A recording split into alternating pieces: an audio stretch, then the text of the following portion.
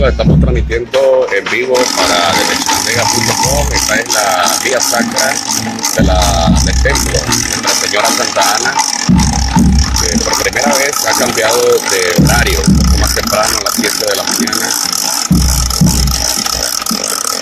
Podemos observar hermanos de la Hermandad de la Cruz, que son los encargados de esta solemne procesión hoy Viernes Santo.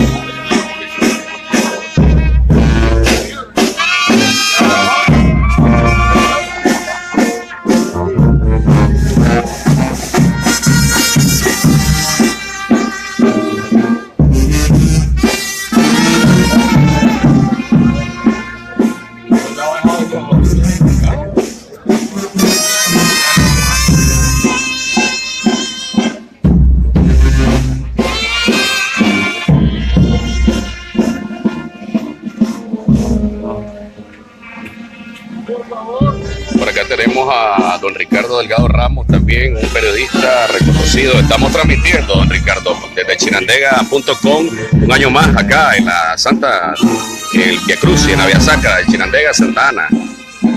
Pues estamos muy contentos, muy emocionados y también con mucho fervor cumpliendo con nuestro Señor. Esta imagen está cumpliendo 150 años de estar en Chinandega aproximadamente, porque no son 2 años, 3 años de diferencia, pero son 150 años, ya que en 1867, más o menos por ahí viejo, aquí estamos cumpliendo la Hermandad de la Cruz, tiene como 100 años más o menos De existir la Hermandad de la Cruz. la devoción al Nazareno. ¿Como cuántos miembros ya pertenecen a esta hermandad? Eran como 140, 150, pero tú sabes que hay habido una excepción, como unos 85, 87.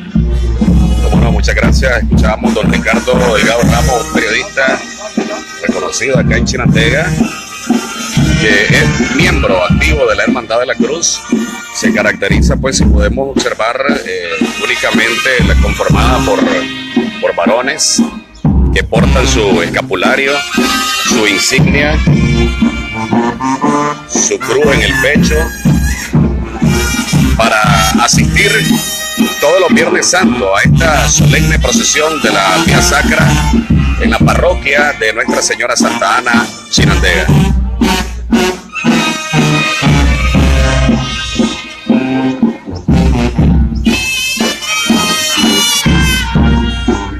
Como decíamos, este año un poco más temprano, a las 7 de la mañana, salió la imagen del templo. En unos minutos se dará el sermón por parte de Monseñor Jaime Guillermo Ramos, desde el balcón de la casa cural de este templo.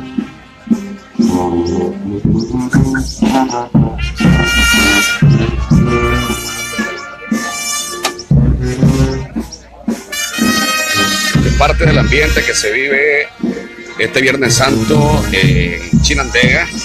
Poco a poco la feligresía católica se viene congregando a esta solemne procesión que los católicos, ya escuchábamos a don Ricardo, esta imagen cumplió alrededor de 150 años de haber venido acá a Chinandega.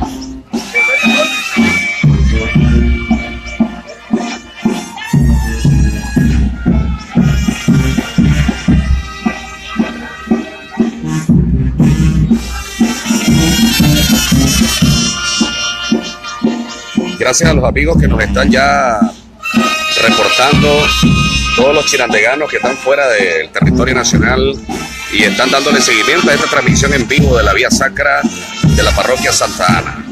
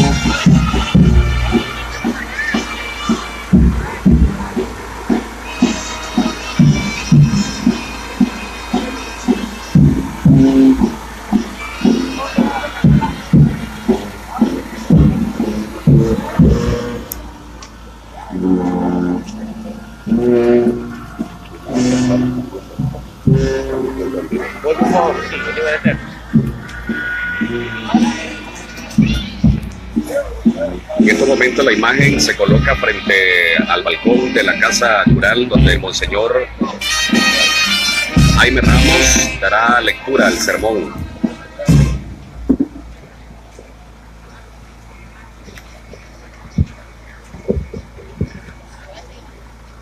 Eran las 6 de la mañana, la hora en que comenzaban los juicios.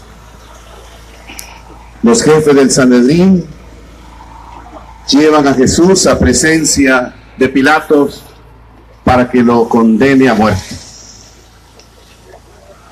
Pilatos pregunta: ¿qué acusación traéis contra este hombre? Los miembros del Sanedrín se molestan porque hubieran preferido que Pilato se hubiera limitado a firmar la sentencia ya por ellos dicha. Por eso contestan airados: si este no fuera un malhechor, no lo entregaríamos. Pilato, que no era tonto, no se deja envolver y contesta: tomadle entonces vosotros y juzgadle según vuestra ley. Si es un problema interno, dejadme en paz. Los sacerdotes se sintieron cogidos en la trampa y contestan: a nosotros no se nos permite condenar a nadie. Pilato descubre que aquello va en serio y los sacerdotes intuyen que Pilatos ha decidido ejercer sus funciones de juez. Por eso dicen: a este lo hemos hallado amotinando a nuestra gente, prohibiendo dar tributo al César y diciendo que es el Mesías rey. Dos acusaciones muy fuertes. Dos acusaciones que hacen vacilar al procurador. Él sabe que en Roma el buen gobernador es el que más recauda. El buen gobernador es el que cuida de que todo aquel que se autoproclame rey sea condenado, porque es delito de alta traición y condenado con la muerte. Necesitaría entonces investigar a fondo. Y por eso Pilato decidió interrogarlo en privado a Jesús. Cuando estuvieron solos, Pilato preguntó: ¿tú eres el rey de los judíos? Jesús levantó la cabeza y dijo: ¿me haces esta pregunta por ti mismo o porque otros te la han dictado? Y Pilato respondió: ¿acaso soy yo judío? Es decir, ¿qué me importan a mí vuestras intenciones? ¿Qué me importan a mí los problemas religiosos de ustedes? Tu nación y tus jefes te han entregado a mí. Yo me limito aquí a cumplir mi oficio. Dime ya, de una vez por todas, sin rodeos, ¿qué has hecho? Y Jesús, con una calma que contrasta con la nerviosa pregunta del romano, vuelve a la primera cuestión y responde: en el sentido en el que tú me preguntas, no soy rey. Mi reino no es de este mundo. Si fuera mi reino de aquí, mis servidores hubieran luchado para que no cayera en manos de los judíos. Pero mi reino no es de aquí. Pilato, entonces, no pudiendo evitar la ironía de la réplica del Señor, pregunta de nuevo: luego, entonces, ¿tú eres rey? Y Jesús contesta: sí, soy eso que tú dices. Para eso he nacido y para eso he venido al mundo, para dar testimonio de la verdad. Y todo el que es la verdad escucha mi voz y es por tanto mi súbdito. Ante esto dijo Pilato: ¿y qué es la verdad? Dejó allí a Jesús y él salió fuera donde está entonces y habló: no encuentro en él ningún delito. Y los jefes del pueblo, pensando que otra vez se les iba a escapar, los jefes del pueblo, agitados, coléricos, comenzaron a vomitar acusaciones. Uno de los acusadores pronunció la palabra Galilea, y Pilato inmediatamente pensó: ah, si este es Galileo, entonces es Herodes el que tiene que juzgarlo. Así me lo quito de encima. Y lo mandó a Herodes, que estaba en Jerusalén con motivo de la fiesta. Cuando tuvo en su palacio a Jesús, se burló de él. Era un charlatán. Y de nuevo lo remitió a Pilatos. Volvió pues Jesús al lugar en el que estaba Pilatos, y dijo al pueblo: me presentasteis a este hombre como amotinador del pueblo, y yo, habiéndole interrogado, no hallé en este hombre ninguno de los delitos con que lo acusáis. Y tampoco Herodes, pues lo devolvió. Nada digno de muerte se ha probado. Esto era lo que había ocurrido. La conclusión hasta ese momento era clara: soltarlo. Sin embargo, dice: lo castigaré y lo soltaré. En este momento algo hizo dar un giro a lo que ocurría. De las calles vecinas comenzaron a llegar un griterío en el que se descubría un hombre: Barrabás, Barrabás, Barrabás. Alguien había recordado en ese momento la costumbre de soltar a un preso para la fiesta de la Pascua, y venían esa multitud a reclamar ese derecho. Pilatos, que pretendía una vía de escape, aprovechó el primer silencio que se hizo para decir: Es costumbre entre vosotros que os suelte a un preso por Pascua. ¿Queréis que os suelte al rey de los judíos? Pilato esperaba oír la respuesta entusiasta, pero a su frase siguió un silencio helado y la masa comenzó a gritar: ¡Barrabás! ¡Barrabás! Pilato se había equivocado.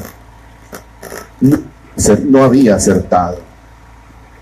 Preguntó ingenuamente de nuevo: ¿a quién queréis que os suelte? De la plaza subió como un solo grito: hombre de Barrabás. A Pilatos le cabía en la cabeza que prefirieran a un homicida a aquel predicador.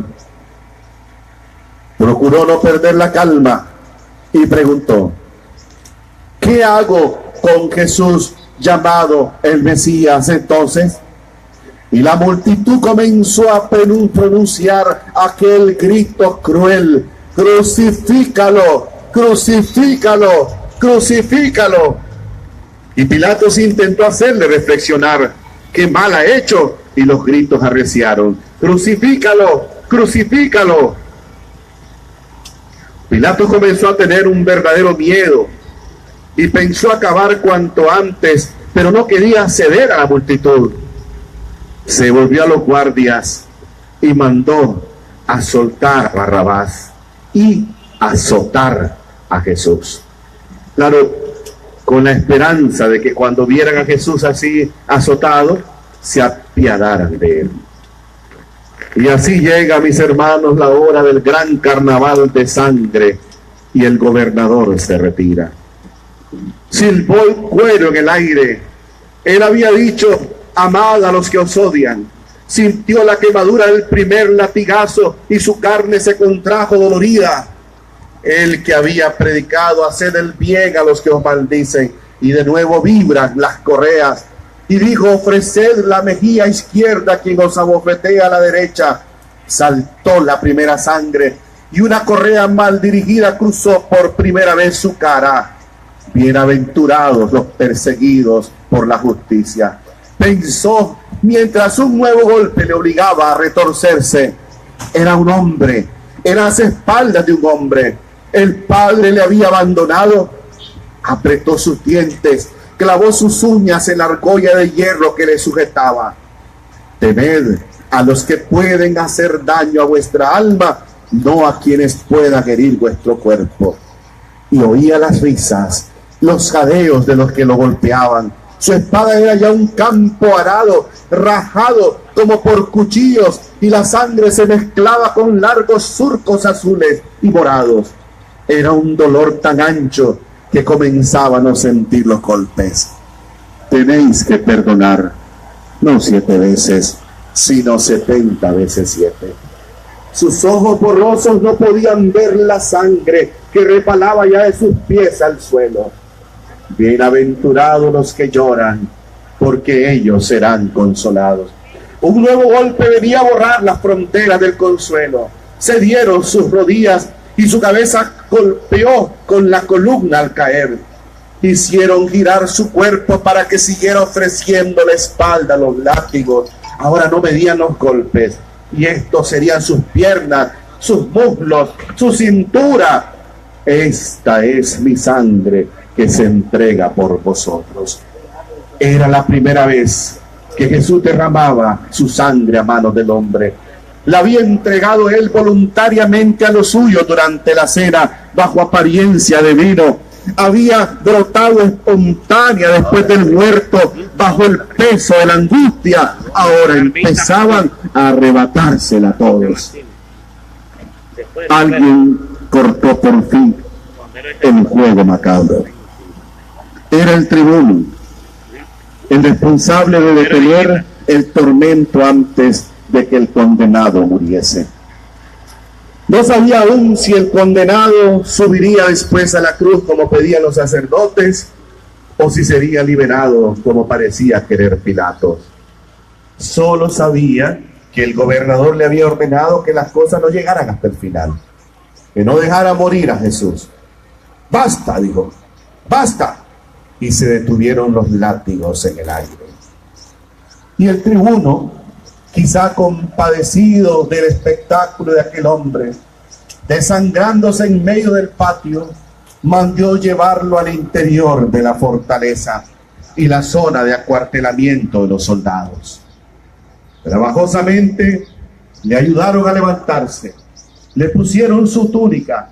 Arrastrado casi por 2 soldados, se perdió tras uno de los grandes portones que conducían hacia las caballerizas.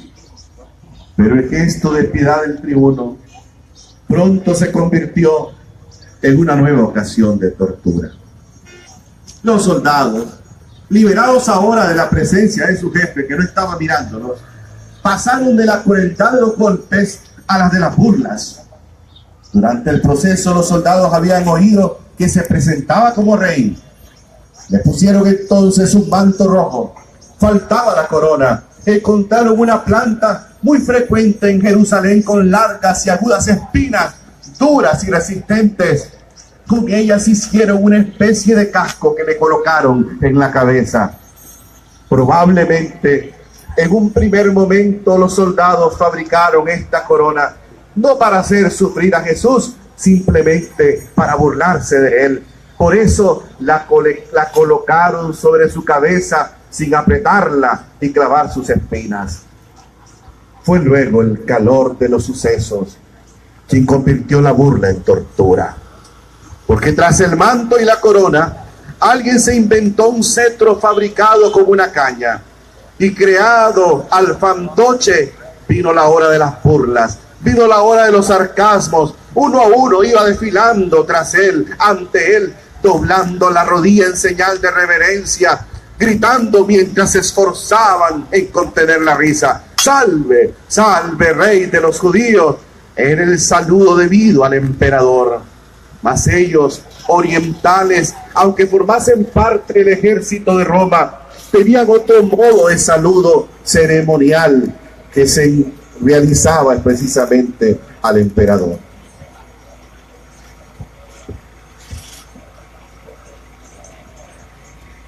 Tomaron luego su cetro real y golpeaban con él la corona de espinas tejida en torno a su cabeza. Nuevos hilos de sangre comenzaron a correr por su rostro al calar las espinas, y la sangre les excitó aún más. Uno de ellos posó ahora el guantelete de hierro de armadura sobre la corona y oprimió para que ni una espina quedara sin clavar. Ahora sí que era definitivamente rey de sangre, con la corona grabada en su frente como un tejido de llagas. No sabemos, hermanos, cuánto duró la escena. Los términos usados por los evangelios dan la impresión de que estos sarcasmos se repitieron tantas veces e irían haciéndose progresivamente más crueles, como necesitados de un desahogo. Algo más les excitaba mayormente a los romanos: el silencio, el dramático silencio de Jesús. Si el preso le hubiera devuelto insultos y palabrotas, pronto hubieran terminado. Si el preso les hubiera dicho todo lo que hubiera querido, muy pronto hubieran terminado por cansarse del juego o hubieran llegado sus agresiones hasta la muerte. Aquel silencio terrible de Jesús les excitaba, les empujaba a un mayor refinamiento, pues al mismo tiempo que insultaban, se sentían derrotados por el agredido, y esto les encolerizaba más y más. Por fin regresó Pilatos. Pidió que le trajeran de nuevo al prisionero. Cuando desde lo alto de la escalera el gobernante le vio aparecer, vio apenas con sus ojos la inmensidad de la grandeza del Señor, pero de la tortura que había recibido. Aquel hombre era nada, era una piltrafa humana. Toda la nobleza que tenía su figura mientras lo interrogaba había desaparecido. Físicamente era un moribundo, vacilaba al andar, temblaba, había envejecido muchos años durante aquella hora. Se volvió pues a los sacerdotes y regresando a sus contradicciones les gritó: ved, os traigo aquí fuera para que conozcáis que no hallo en él delito alguno. Hizo adelantar a Jesús hasta el mismo balcón que daba sobre la plaza y gritó: he aquí al hombre. Les estaba invitando a la compasión.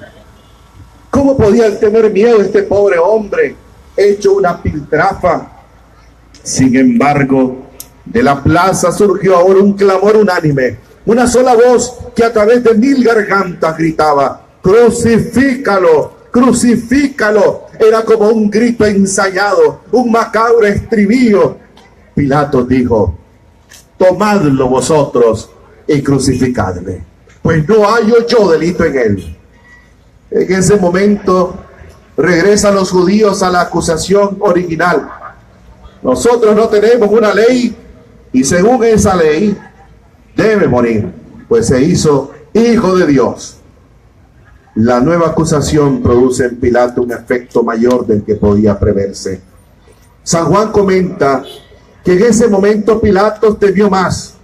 Por eso de pronto, inesperadamente, Pilato gira sus talones y vuelve a entrar al interior del templo, del palacio. Teme quizá que los judíos descubran en su rostro el nuevo temor que le ha invadido. Ya dentro, formula una pregunta vertiginosa: ¿de dónde vienes tú? Y Jesús levantó su cabeza, miró al gobernador con una mirada que no decía nada porque podía querer decirlo todo, y se encerró en un nuevo mutismo.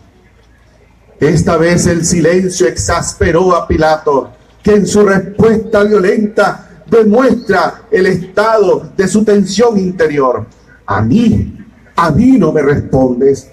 ¿No sabes que tengo potestad para soltarte y la tengo para crucificarte? Los labios resecos se movieron y de ellos salió una voz ronca que no parecía la misma que había oído al iniciar el proceso: no tendrías ningún poder sobre mí si no te hubiera dado de lo alto. Pilatos lo entendió. Salió fuera. Los judíos decidieron un nuevo cambio de táctica. Acudirían ahora al chantaje, a las amenazas. Por eso, apenas vieron aparecer a Pilatos en el balcón, comenzaron a gritar: si sueltas a ese, no eres amigo del César, pues todo el que se hace rey se declara contra el César. Ahora sí, ahora habían tocado la fibra más delicada del gobernador. El acusado acababa de recordarle que todo el poder lo tenía de lo alto, y los judíos le repetían ahora el recuerdo de que todo dependía del mandamás romano. Ser amigo del César era el título más estimado por un romano. Con la benevolencia del emperador se podía todo. ¿Quién no iba a querer eso? Caer en desgracia ante el emperador era la ruina. Caer en desgracia ante el emperador era el destierro y quizá la misma muerte. Y Pilatos entendió bien la amenaza. Una acusación de alta traición, de no castigar a quien se levantaban contra el César, podría significar el final de toda su carrera. El gobernador se preguntaba a sí mismo por qué estaba defendiendo a aquel desconocido y no lograba encontrar una respuesta. ¿Jugarse su carrera por aquel pobre loco nazareno? Tomó su decisión. En definitiva, ni le iba ni le venía. Él no era el responsable de aquella historia. Ellos habían dado la sentencia. Él se limitaba a confirmarla. Pero tuvo un último gesto.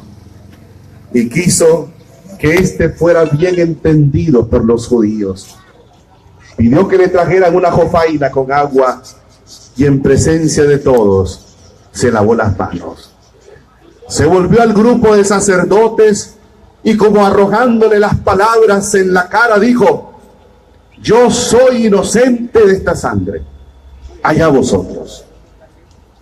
Ahora Pilato le entró una extraña prisa. Quería desembarazarse de aquel fardo que empezaba a pesar ya en su alma. Se sentó en la silla como representante oficial del emperador de Roma y dijo las palabras solemnes: Ibis ad crucem, irás a la cruz.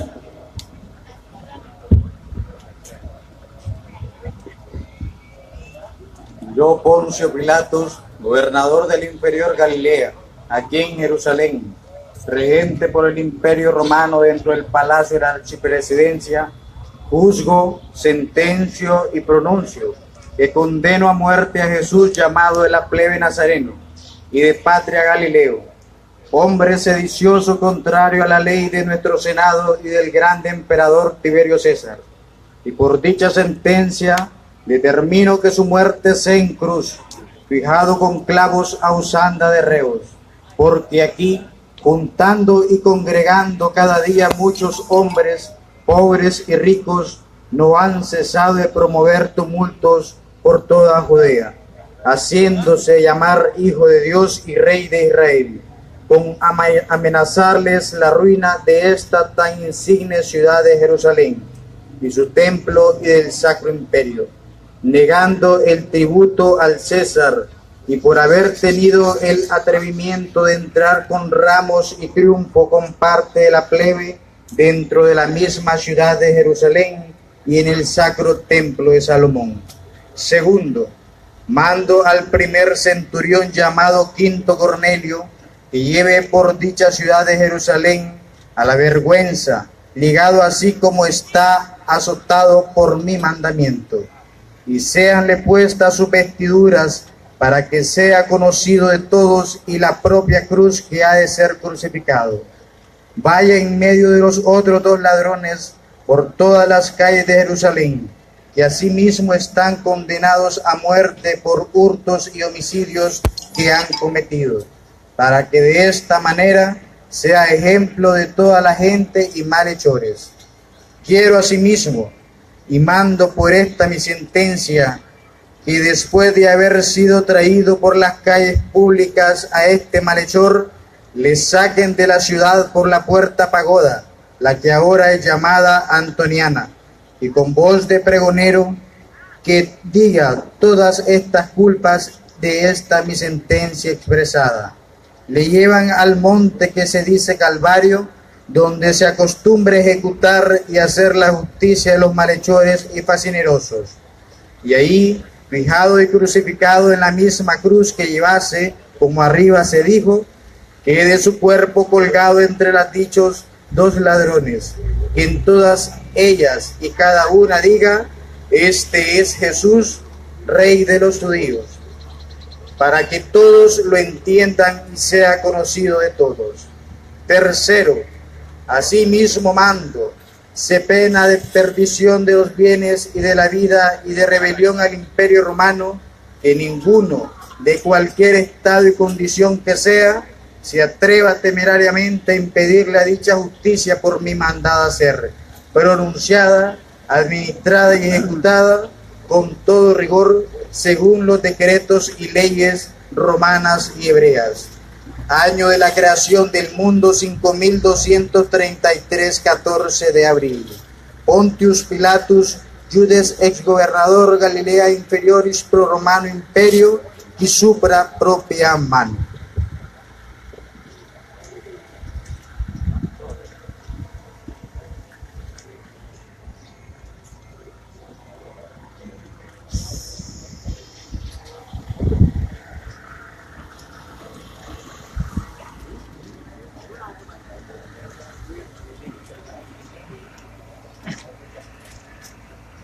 ¿Dónde voy yo?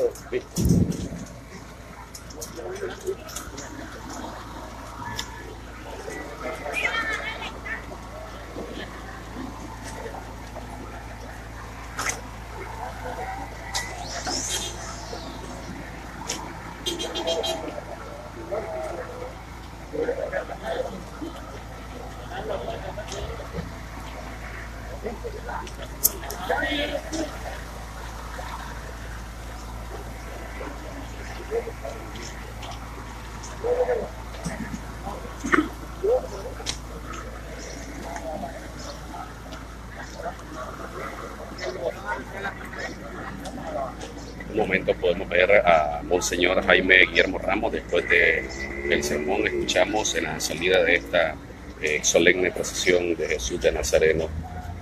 Monseñor, unas palabras, un mensaje en este Viernes Santo para todos nuestros amigos nicaragüenses que están a través ahorita desde chinandega.com.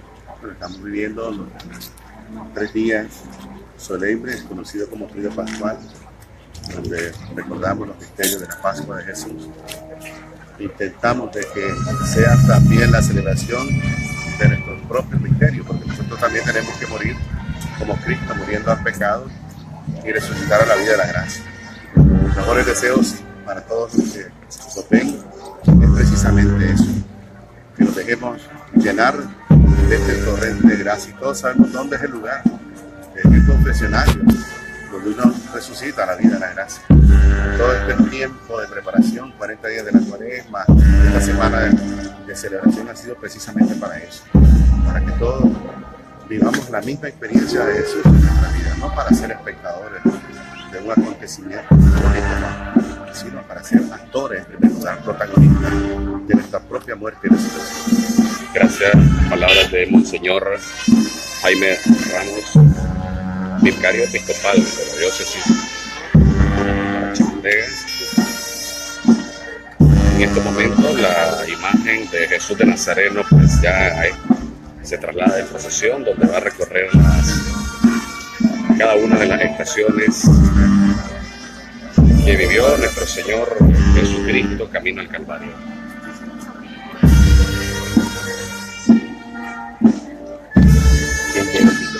Vamos a cambiar de mi padre.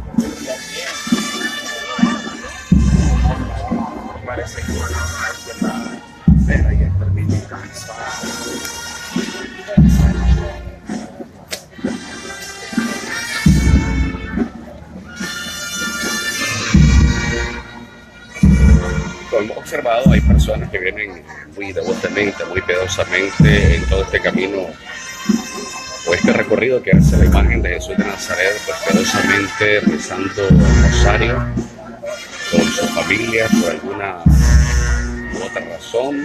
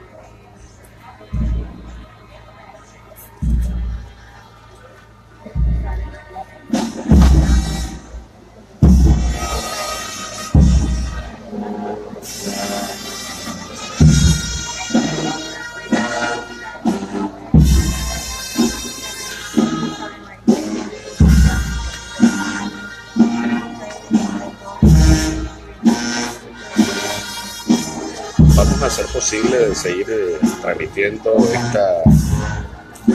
esta solemne procesión, a tratar de también llevarle la primera estación, pues cuando ya le dan lectura la primera estación, se interpreta también un cántico especialmente elaborado para cada una de las estaciones. En esta ocasión, en la parroquia Santa Ana, lo que se interpreta, pues la música, letra y música, es de la autoría de don Juan Manuel Delgado, chinandegano, que dejó pues este trabajo exclusivamente para este tipo de esta celebración, esta Santa Pasión que recorre nuestro Jesús de Nazareno. Música y letra de don Juan Manuel Delgado, según lo que se interpreta en cada una de las estaciones, 14 estaciones que recorre Jesús de Nazareno en esta vía sacra.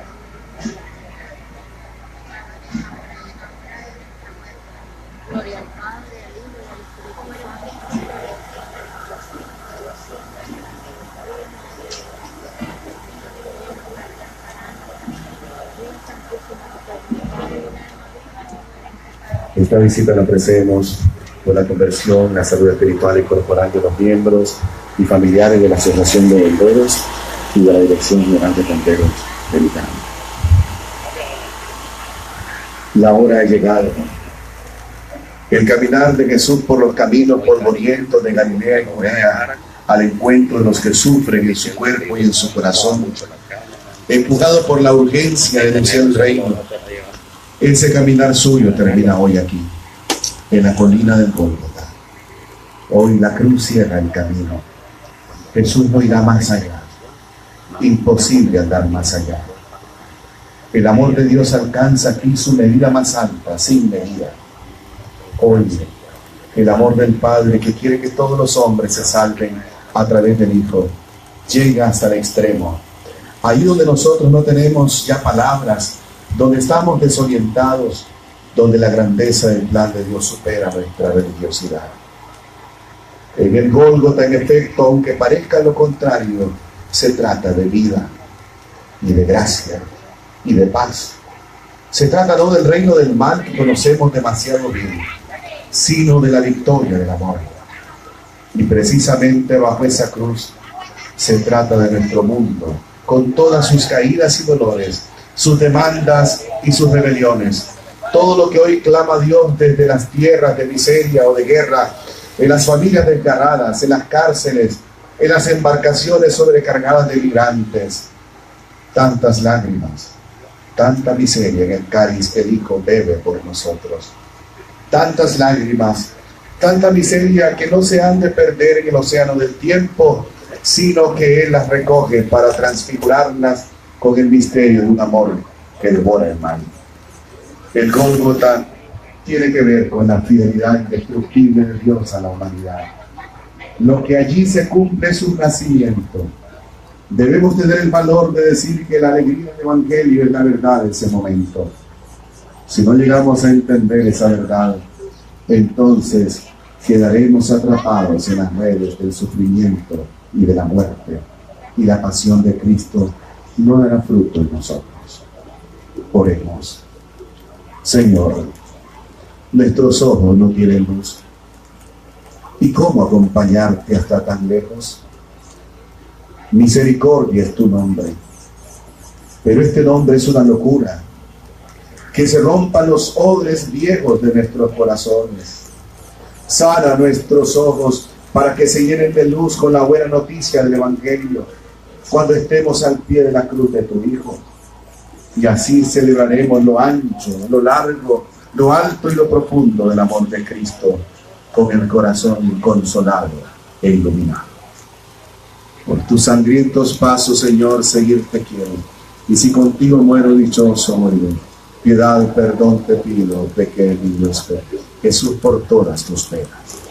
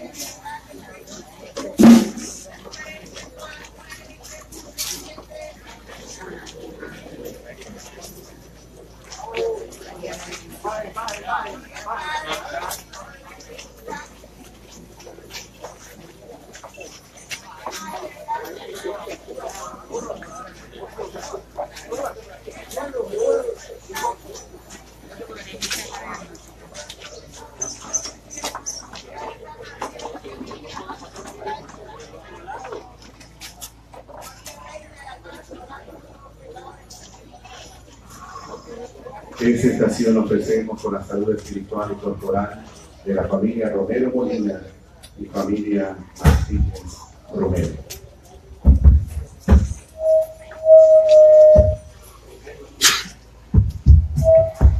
Primera estación, Jesús es condenado a muerte. Y adoramos, oh Cristo, y te bendecimos, que por tu santa cruz redimiste al mundo y a mi pecador. El Evangelio según San Lucas.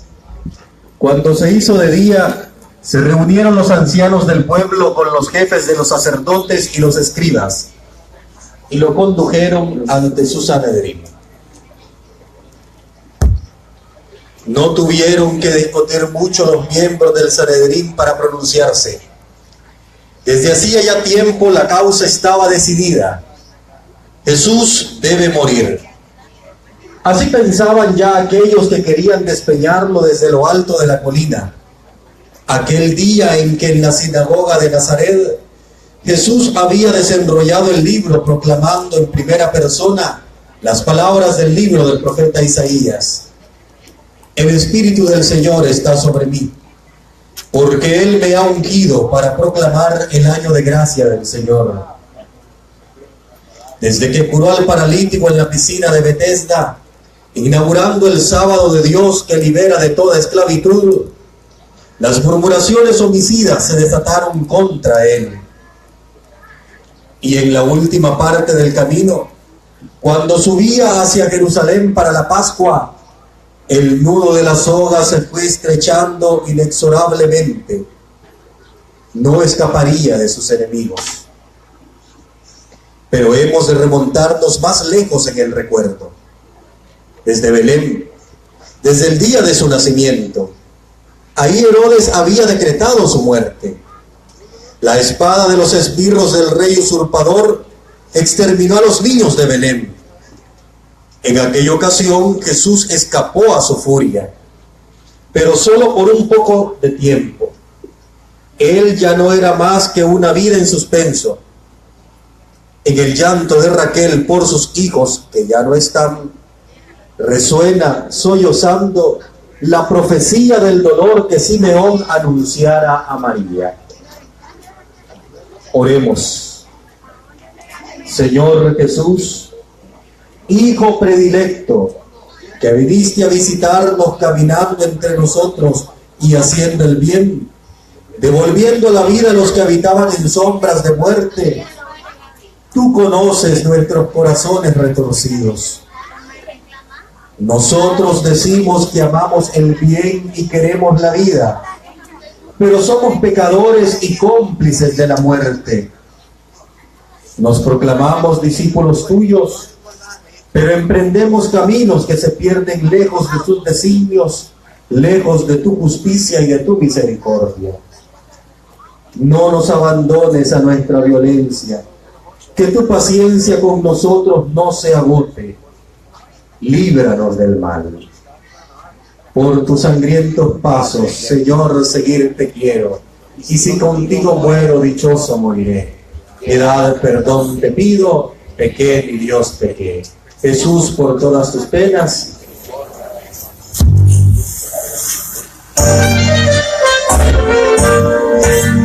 El Hijo del Eterno, espigas coronado, a muerte condenado, o al perdido traidor. Y no con nuevas cosas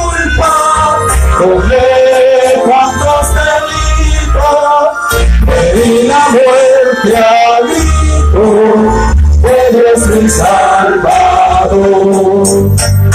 Oye, mi Dios mío, haz que mi penitencia por el delito.